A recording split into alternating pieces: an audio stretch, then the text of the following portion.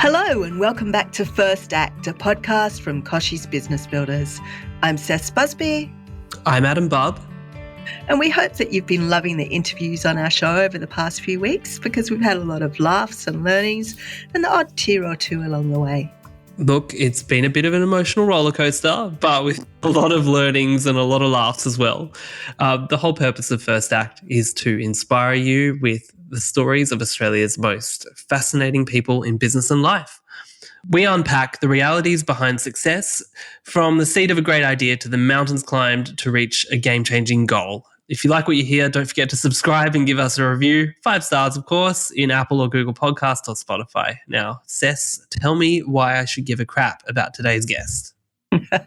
Now, our next guest is not afraid of a bit of poo humour. In fact, he launched a brand off the back of it. Simon Griffiths is the co-founder of Who Gives a Crap, a social enterprise that donates 50% of its profits to charities. Now, Simon's taken toilet paper, a product that everybody needs, and turned it into a business that helps people in need. Who Gives a Crap has donated millions of dollars since its launch, and Simon is on a mission to make sure everyone in the world has access to toilets and safe drinking water by 2050. It's a lofty ambition, and he's well on his way to achieving it. Simon, welcome to First Act. Yeah, thank you. It's great to be here. Now, it's great to have you on the line today, Simon. We're going to start with what we call our First Act icebreaker.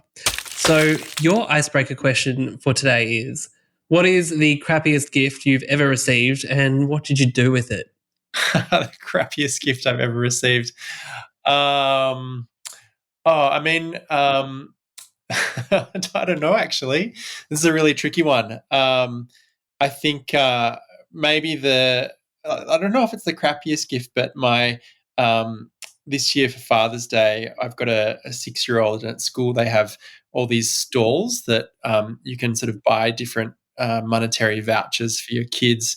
And I didn't know about this, and my partner organised some vouchers for my son, and so he got me these gifts, and they were absolutely adorable. You know, one was surf wax because I surf, and another was a mug with Dad written on it with some hot chocolate that came with it.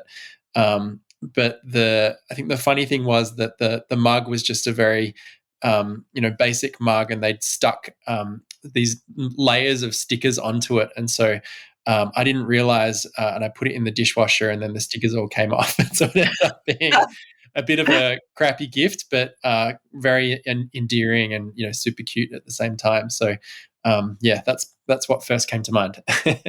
That's not a crap gift, and it's not a crap answer either. So we will take it. All right, Simon, now you run a social enterprise. So was social justice and making an impact, were those values instilled in you when you were growing up? Like, what's your earliest memory of giving a crap? Honestly, they weren't really. Like when I was a kid, I always wanted to be a business person when I grew up. And so I was that kid at school that, sold stuff to the other kids at school, whether that was sandboards that I was making in my backyard because we lived in Western Australia and there's lots of sand dunes, or trying to pet sit the neighbours' pets when they're away for holidays and all that sort of stuff.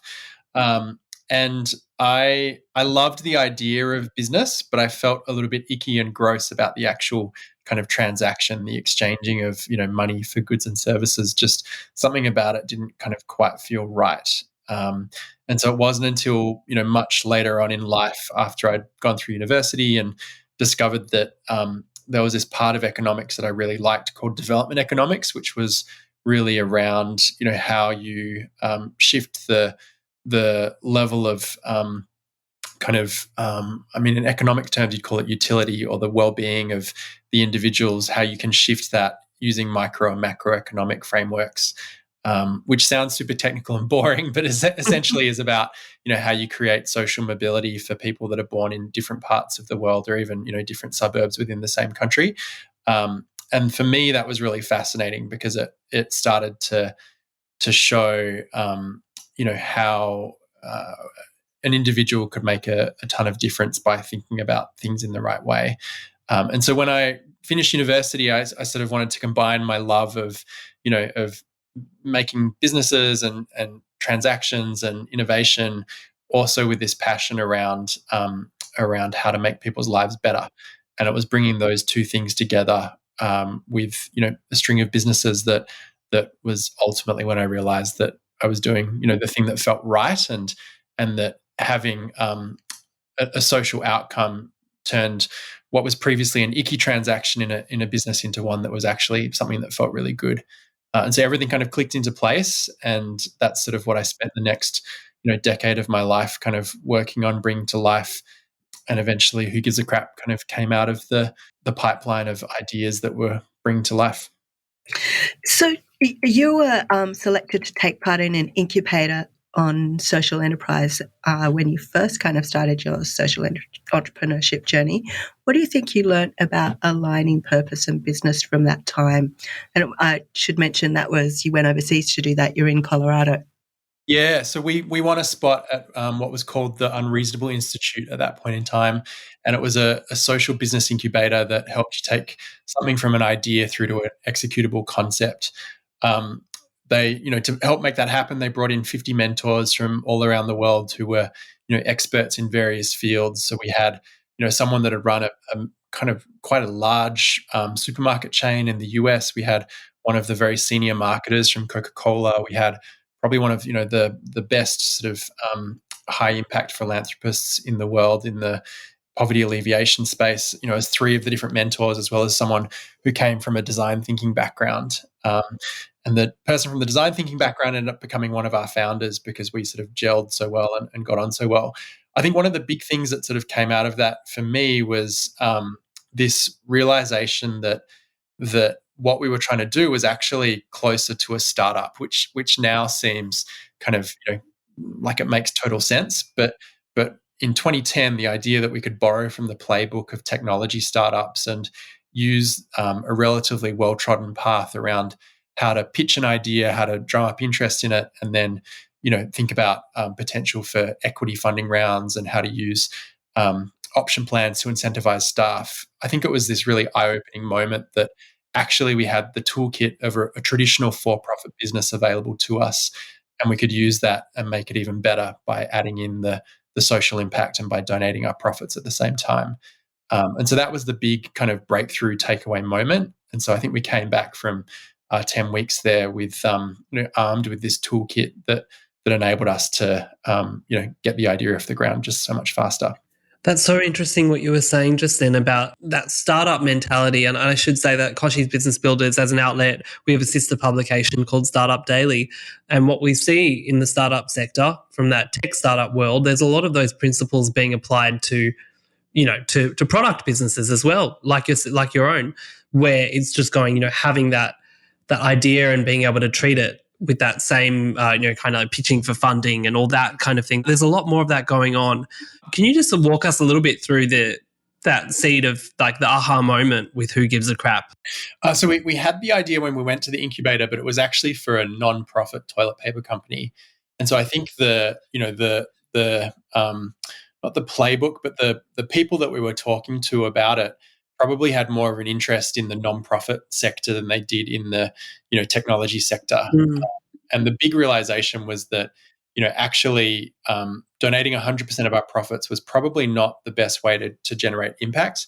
If we were truly trying to have the most impact possible, we should reinvest some of those profits back into the business to help fund its growth and to change the status from non-profit to for-profit, but still make it clear to our customers that the reason why we exist is to try and solve the sanitation problem by donating, a very significant proportion of our profits. But by doing that, we enabled the business to be able to sell equity in the future, to create, equity incentive plans for staff members, which can be part of compensation packages, and also solved this cash flow problem that happens in businesses where you're donating 100% of your profits every year, which you often don't have 100% of your profits sitting in the bank account at the end of the year. And so you need to fund that donation from somewhere, which often means taking on more and more debt and making the business less stable as it gets bigger and bigger. And so, one of the big realizations was that actually by changing the model from being a pure nonprofit into this profit for purpose business model, which I think we were kind of really early pioneers in that space, that we could start to use that same toolkit that had been tried and tested by many technology companies that had come before us. But I mean, this was 2010, so when I was in Silicon Valley on that trip, I met Travis from Uber, who was just getting started with a black cab company that had like 6 taxis, I think, in San Francisco. Oh my gosh. It was a very different time, and so the technology playbook was really getting started. This idea of testing and learning was relatively new, and isn't the kind of same mantra that it is today. So it was a really different, a different era. The internet looked very different. Platforms like Shopify didn't exist. Alibaba wasn't a thing. It was a very different version of the world to where we are, 12 years later. So you mentioned funding, and you initially crowdsourced Who Gives a Crap on Indiegogo. Like, can you tell us a bit about that campaign? Because I remember at the time it involved a live stream of you sitting on a toilet. Yeah. So I mean, the kind of backstory there is that we, after we had the idea and we'd figured out how to bring it to life, we knew that we had to sort of test and learn our way through whether this could be something that could be successful. And so the first test was actually setting up an online store on a platform called Shopify in 2010. That was a pretty fledgling little e-commerce startup that now I think probably is a household name, but back then no one had ever heard of it before. And we set up our own kind of e-commerce store. We went to the supermarket, bought someone else's toilet paper, and then we used our like $100 AdWords credit from Google that came free with our Shopify store to direct Google search traffic to our store to see if we could sell Who Gives a Crap toilet paper that donated half of its profits. We learnt within 4 hours that people would buy Who Gives a Crap toilet paper online, and that the business model could work. Something that we found out was that it cost us, $54 to ship our first box of toilet paper to our first customer. So we had to figure out the logistics if we were going to be successful ongoing. But we validated that the concept could work if we could make the logistics work. And so the crowdfunding campaign was actually about getting, as many eyeballs as we could to see if there was enough interest in what we were doing to really warrant investing the next 5, 10 plus years of our life into the concept. And so we ended up, we shot our initial crowdfunding campaign that my co-founder Jehan and I wrote the script for. We watched the video and we thought, yeah, like it's okay, but it's sort of missing something. And then we ended up, finding some very smart marketing people to help us work on the campaign to try and make it better than what we could ourselves. And the special sauce, was not just creating a higher production value kind of piece of footage, but the special sauce was at the 11th hour saying, I think we need to film this with you sitting on a toilet, and you pledge to not get off that toilet until you've pre-sold the first $50,000 worth of product. And so, the campaign went live, I think at 6 a.m. on a Tuesday, with me sitting on a toilet in, what looked like it was our warehouse. And we honestly weren't sure how long I'd be there, but we live streamed, the whole thing. And this was again in 2012, like the share button had just appeared on Facebook. And so the way that the internet was working sort of played into the way that the campaign was designed to create something that was both newsworthy and shareable and had a limited amount of time to it.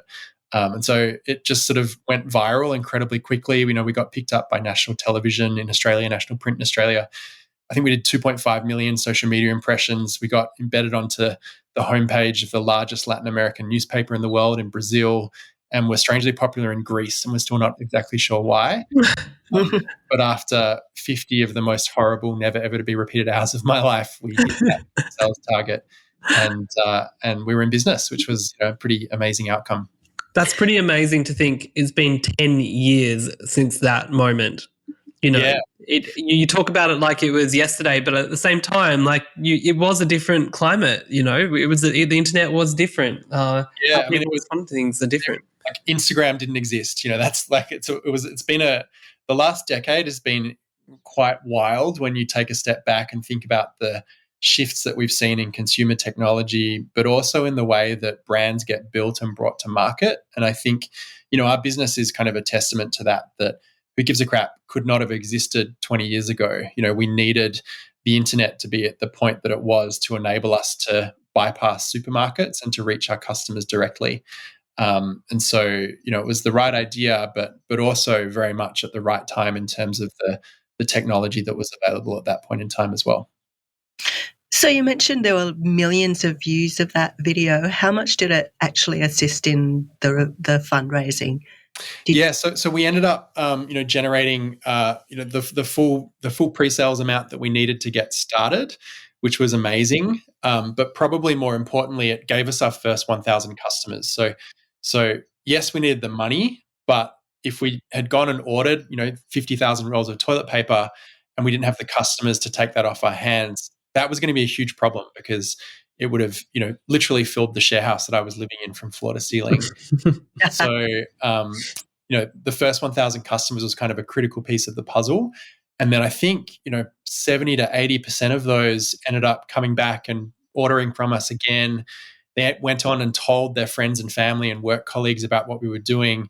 And so for the first 2 years of the business, we were just growing organically on word of mouth, roughly tripling the size of the business each year for those first 2 years. And so honestly, we never thought, we were the world's first online toilet paper company before the term direct to consumer existed.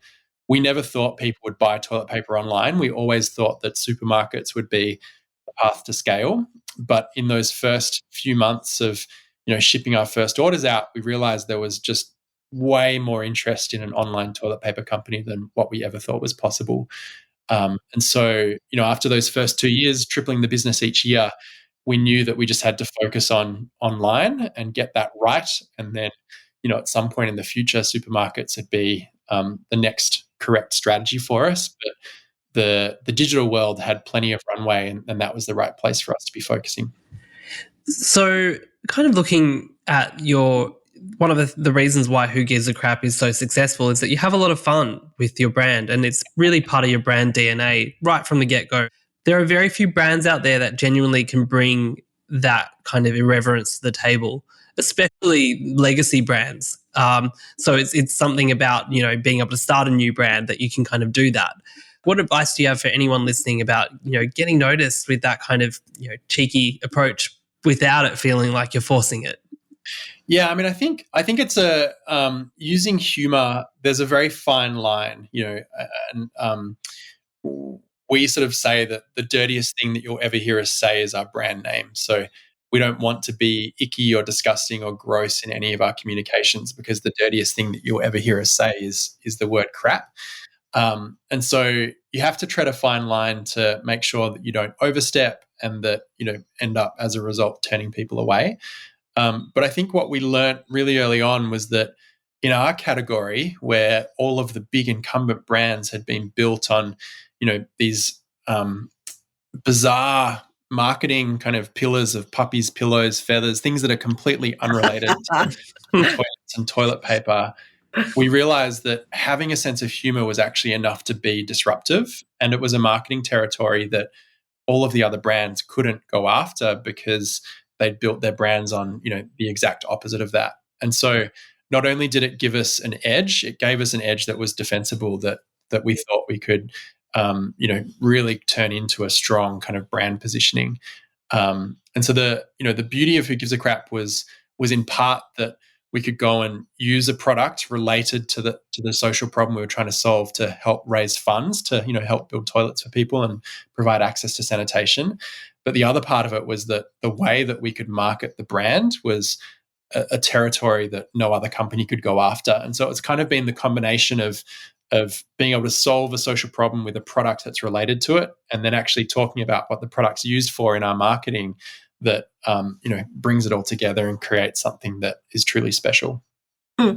So let's talk a little bit about that as well, that consumer-driven philanthropy that is so much about a big part of your brand. How do you get consumers to care enough about what you're doing to invest in buying Who Gives a Crap rather than grabbing a toilet roll off the shelf in a supermarket? Yeah, well, I think the first part of that question is that we're not asking them to invest. We're just asking them to change where they're purchasing from. So a big part of that early on was that we said, if we're going to be a mainstream brand, which I think we have to be if we're going to help 2 billion people get access to sanitation for the first time. We have to be in millions and millions of houses, hundreds of millions of houses around the world. The only way that we can do that is if we sell a product that is of equal or better quality at a price point that is the same or less than what people are buying from supermarkets. And so that's really what we've focused on with our Australian product. I think sometimes people look at the cost of one of our rolls and say it costs twice as much without realizing that we also put twice as much product on our rolls. And so, the cost per sheet or the cost per use is actually the same as what you're getting or less than what you're getting at a supermarket, which is an important part of the proposition. And so I think, we've always said the concept has to be able to stand up by itself and be successful by itself. And then if it is, we can layer on the social impact piece and make that an extra part of what we do as a brand and as an organization to help kind of build a stronger connection to our product and our brand and what we're really trying to bring into the world. And so, the initial reason that people will buy our product is often not because of the, 50% of profits that we donate. It's because they love the packaging or the ease of home delivery, or, they're making an eco-conscious switch to a product that's more sustainable. And then over time, we get to educate them around the sanitation problem and where the money goes and why it's so important, which is a harder story to tell. And that's kind of what we think about as being the hero's journey, where we get to take them on the hero's journey and hopefully get them to their third or fourth order, where they start to know a lot more about us, and then as a result, a much deeper have a deeper brand affinity for the company. There's quite a lot of research, and it comes fairly regularly. There are reports that come out about consumer behavior and brand values, and how people is becoming increasingly important, that an increasingly large factor of why people are aligning with a certain brand is because of its values and what it represents. So I think, who gives a crap? You donate 50% of your profits to charities. That's a really compelling proposition for people. How did you land on that particular magic number? Yeah, so I think, as I said before, we started wanting to create a toilet paper company that was non-profit, so it donated 100% of its profits. But the initial goal wasn't to donate all of our money. Our initial goal was actually to create the most impact that we possibly could.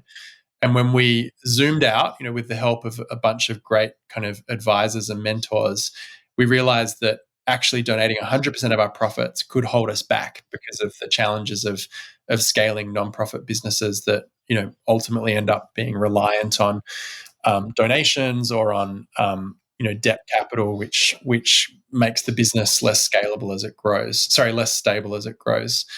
So the realization that we had was that we could change that from being 100% of profits to something that allowed us to reinvest some of our profits back into the business, and to give us this ability to sell equity in the business at some point in the future, and to align the incentives of our team with the growth of the business over time.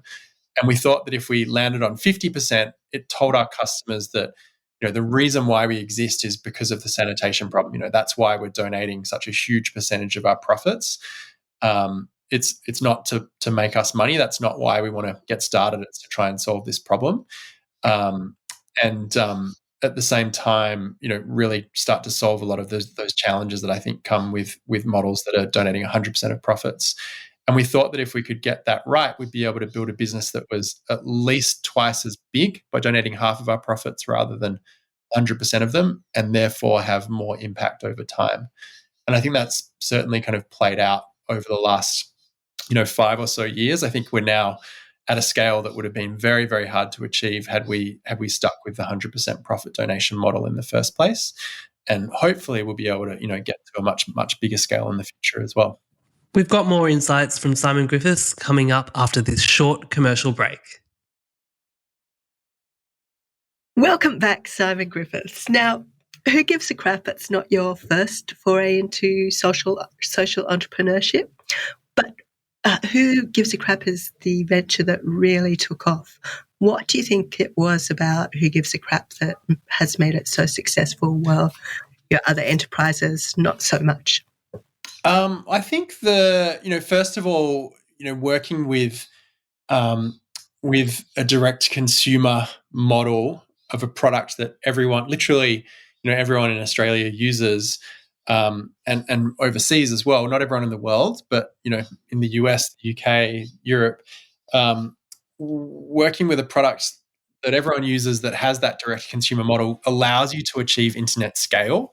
And that's something that is very difficult to do with a bricks and mortar business, which was the one that I worked on before this.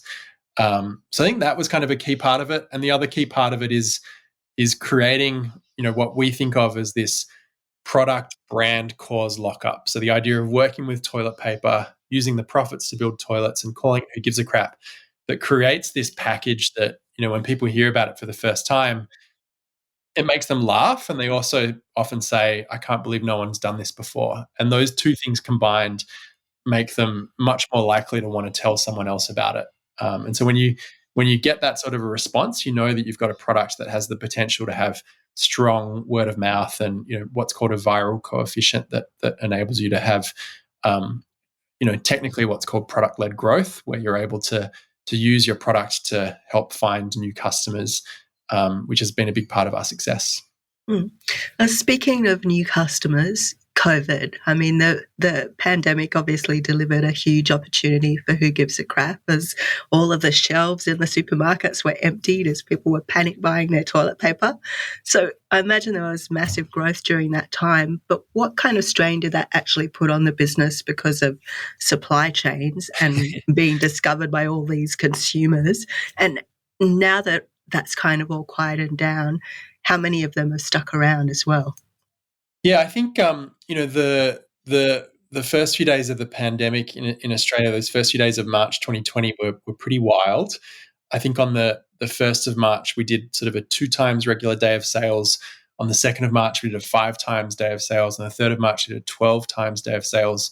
On the 4th of March, we were going to do a 30 to 40 times regular day of sales. So selling more than a month of toilet paper in a day. And I think at our peak, selling about 28 rolls of toilet paper every second, which made us the largest retailer of toilet paper in Australia at that moment in time.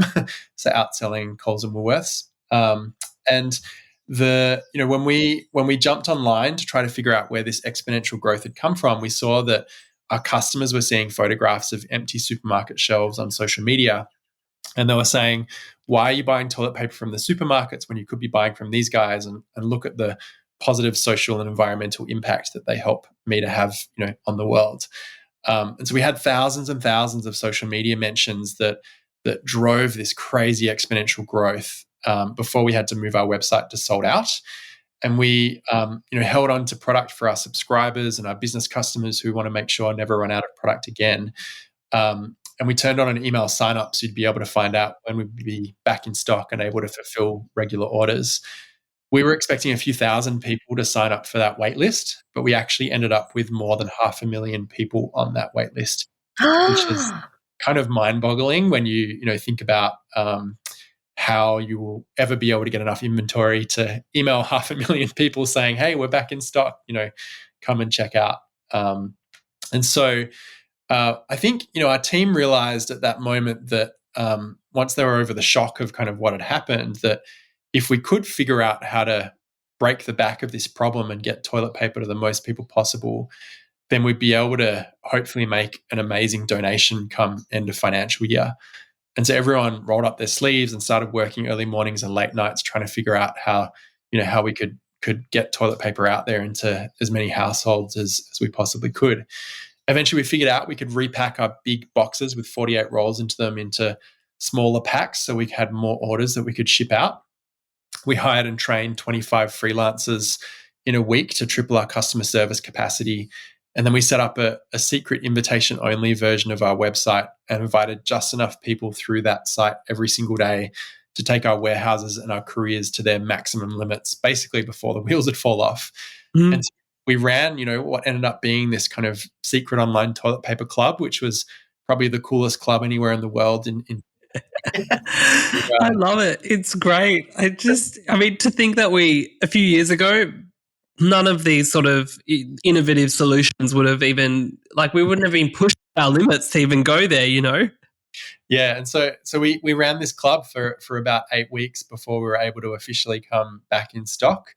And then as we ran up to the end of the financial year, we were able to make a $5.85 million donation, which was kind of the pat on the back and the icing on the cake for everyone's hard work that had gone into getting us up to that point. So, I mean, that was an amazing kind of period for the team. I think everyone said it was the most exhausted, but also the most exhilarated they'd ever been at work, which was a pretty good summary. And I think, at one point we were doing what was called the pajama handover, where there was two people, one in Melbourne and one in New York. And every morning and evening, they'd hand over, the keys to the castle of how many emails to send out and how many orders had shipped and everything else in their pajamas. So, it's, 7 a.m. in Melbourne and 11 p.m. in New York or whatever it was, and every day they'd do this pajama handover morning and evening to allow us to run 24/7 around the clock, which was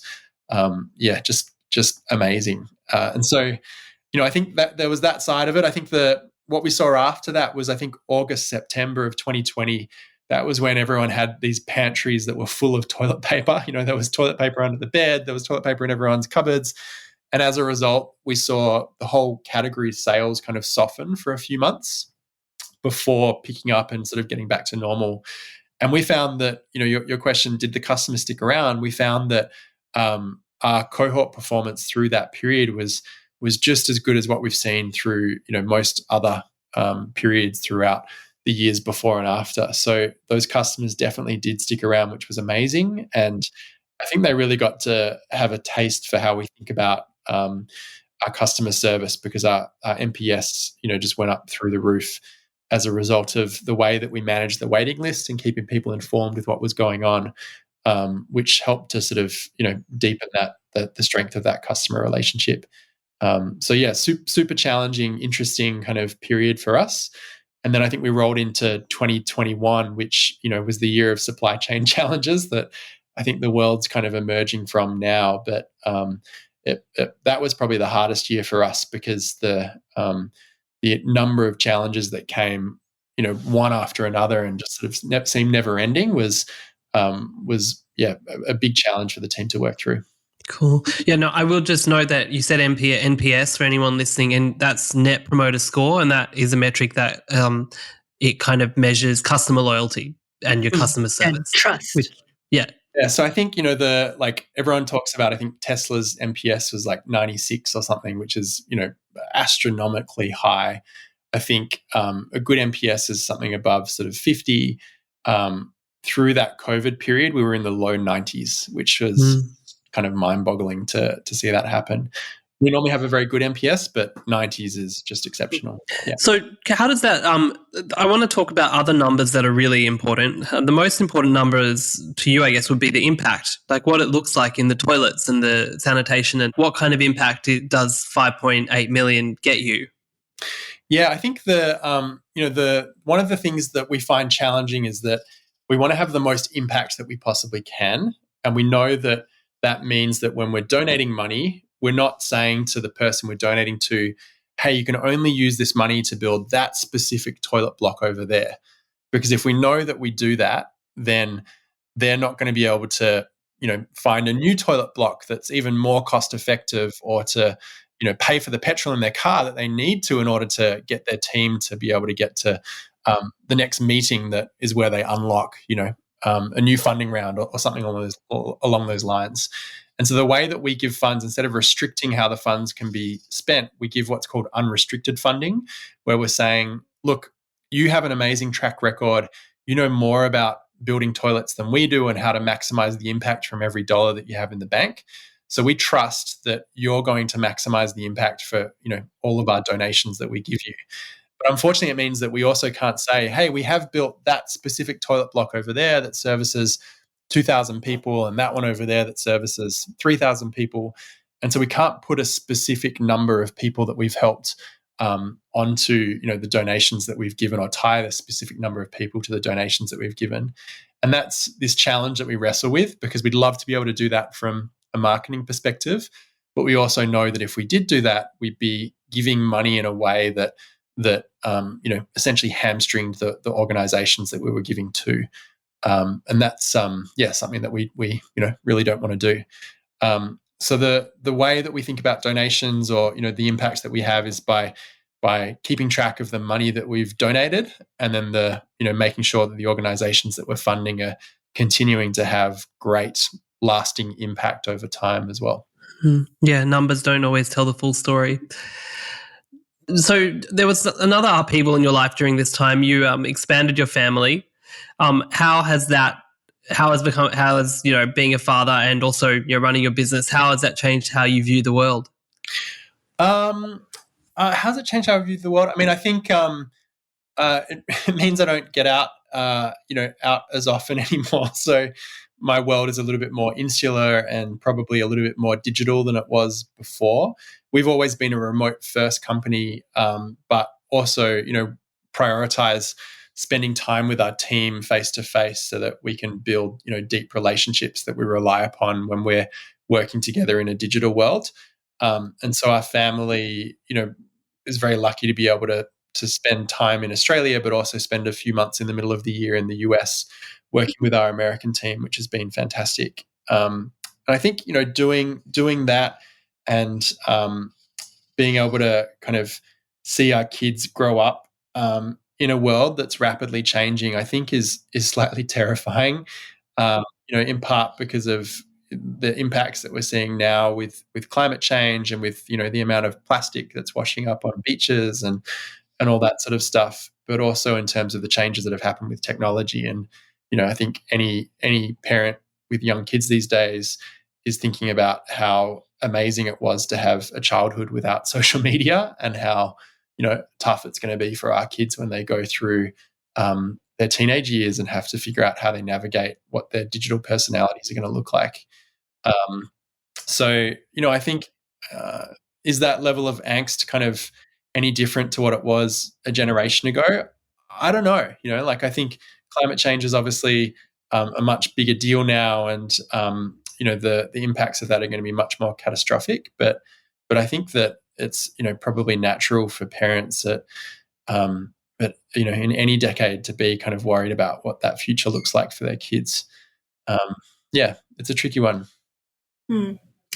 So I guess something that has happened because of, like you mentioned, climate change and, issues being so much more in the forefront now than probably they were, a generation ago. A consequence of that is, there's so many more social enterprises, so many more businesses being built around a mantra of doing good, being part of B Corp, that sort of thing. Do you think that it's helping build a more inclusive economy? And what do you think is driving the trend, apart from issues being so much in everyone's faces these days? Yeah, I mean, I think what's driving the trend is this shift in consumer sentiment, and our business exists because people want to be able to spend their money in ways that they couldn't do 10 or 20 years ago. And that shift in consumer sentiment, I think, is growing because people are realizing that it is up to not just governments, not just businesses, but also to individuals to take action and to make changes. And if we're truly going to create, the future that we want to live in, it's going to take all three of those, individuals, businesses, and governments to make change to create a better version of the world. And so this shift in consumer sentiment, I think, is only going to continue to grow, which is super exciting when you think about the sort of opportunities and innovation that it opens up for businesses that are thinking about how they embed, purpose and impact, whether that's social or environmental, into the products that they're bringing out into the world.